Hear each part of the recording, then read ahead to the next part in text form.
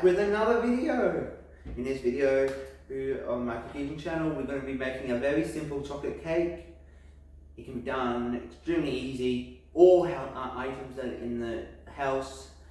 Anyway, let's get started. Remember to like and subscribe. Now let's get into it. Before we actually start making the cake itself, we have to grease the pan. By doing that, you want to melt some butter. So I put in some butter. It doesn't have to be a certain amount. Just slice off a bit of the butter. I use about 50 grams. Pop it into a thing, melt it, and then you want to grease it when it comes out.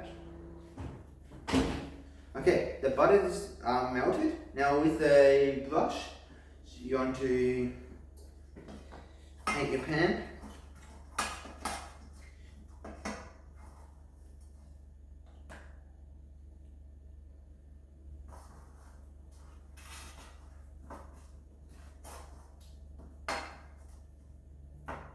Now you set that aside, and you may need it again later if it's dried out. Depends on how hot it is. So next, you want to preheat your oven. I've already done it, but you want to preheat it to 160 degrees Celsius, fan forced. Anyway, now we'll get into the actual cake itself. First, you want to put 100 and what's it called? 1 1 cup of sugar, 3/4 cup of milk, and 125 grams of butter. You want to square it so it's in mini squares. Now you want to sift your cocoa. That's 50 grams or 1.5 cups, or half cup, I mean. Then you also want to add your bicarb soda, which is a 1/4 teaspoon.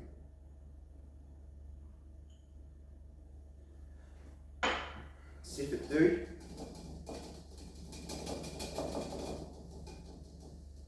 And if you need, be happy to use a spoon just to crush it through.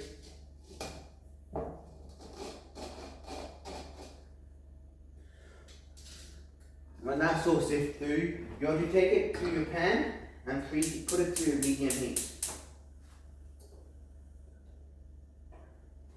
And now we want to use a whisk and whisk it up when it starts melting.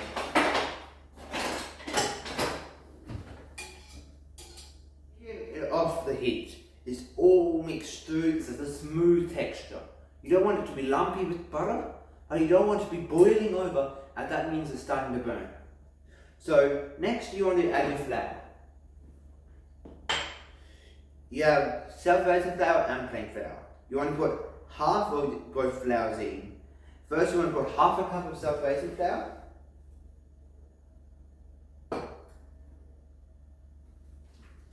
And 1 tablespoon of plain flour.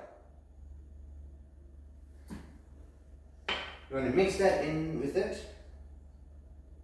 Put the next bit in, but this time you want to make sure you sift it.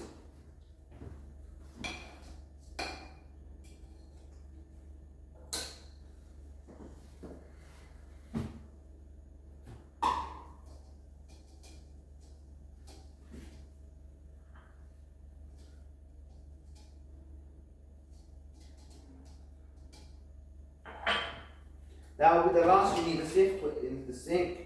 Now mix all the flour in nicely.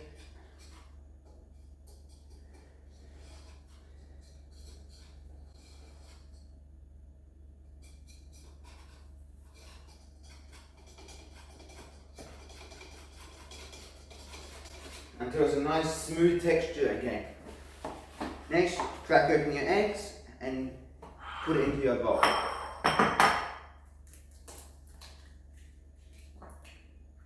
Make sure there's no shells in there,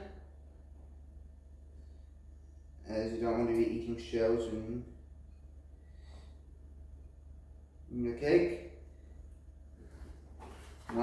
So 3 eggs. again.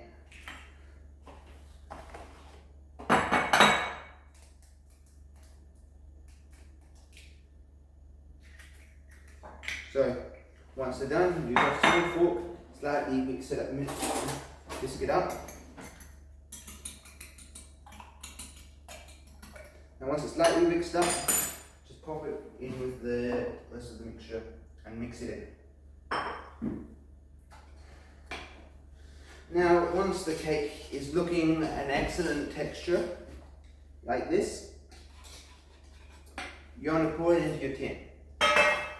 Give it another small coating of your butter.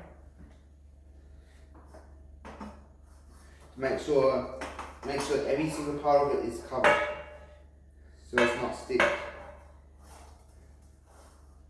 Once you've done that, pour your mixture in. Make sure you pour it straight into the center, so it spreads evenly.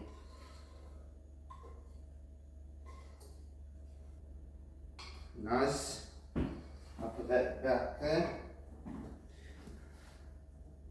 Now, once your oven reaches the full height, you want to put it into the oven and leave it in there for 45 to 55 minutes.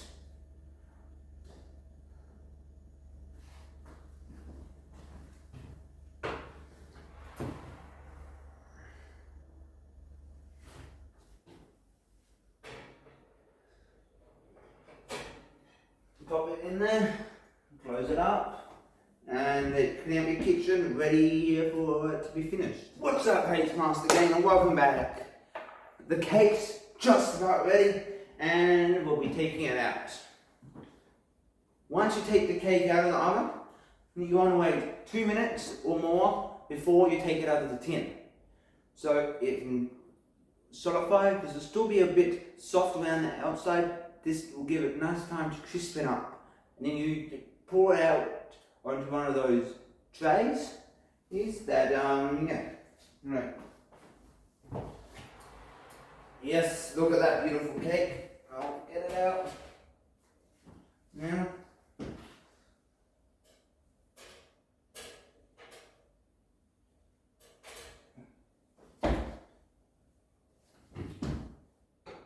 Let's get the tray out that we need.